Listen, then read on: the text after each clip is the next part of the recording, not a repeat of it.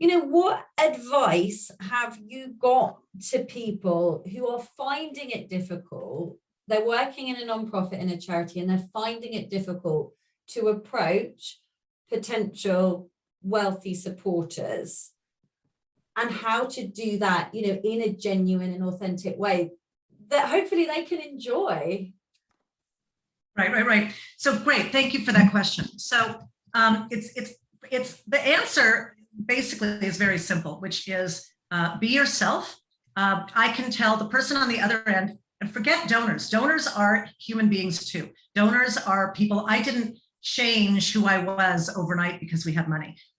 These are people just like you. Every single person on this call is a donor. You've all given something at some point. So because somebody has more money or less money, they shouldn't be treated any differently. And they are, excuse me, hold on, my computer's doing something strange. Okay. So they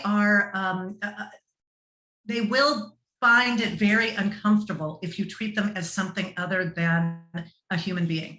So there may be some people, the old school kind, whatever, who like to be pandered to, but I can tell you from a lot of research I did at the book, with the book, we've spoken with people at the Lilly School, we've spoken with people who, academics all over the world, really, and we're finding out that, as well as donors at all different levels, this is not unusual. My experience is not unusual, and most people just want to have a real conversation and an authentic conversation with another human being.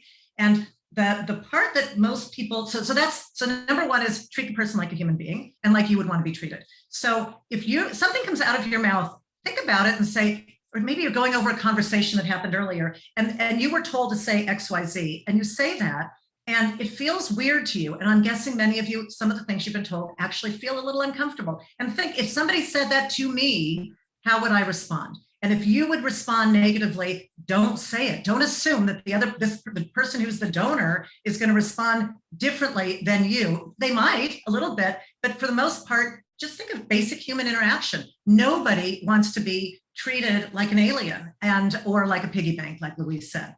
The other thing is, don't assume anything. Assuming that all rich people are XYZ, or all donors are this, or all female donors are that, or whatever it is, the assumptions will kill you. Those are really what gets you in trouble. So do not assume that, oh, I've read your story in my Wealth Engine report, and therefore you must be a person like this. And that is dangerous because you don't know that. So until you know what kind of person they are and what they're like, you need to learn. So the information you're going in with is maybe helpful and a little background, but treat them like you would want to be treated if you were in that same position. Forget the dollar signs and the amount, the pound signs, but it's really important to not assume.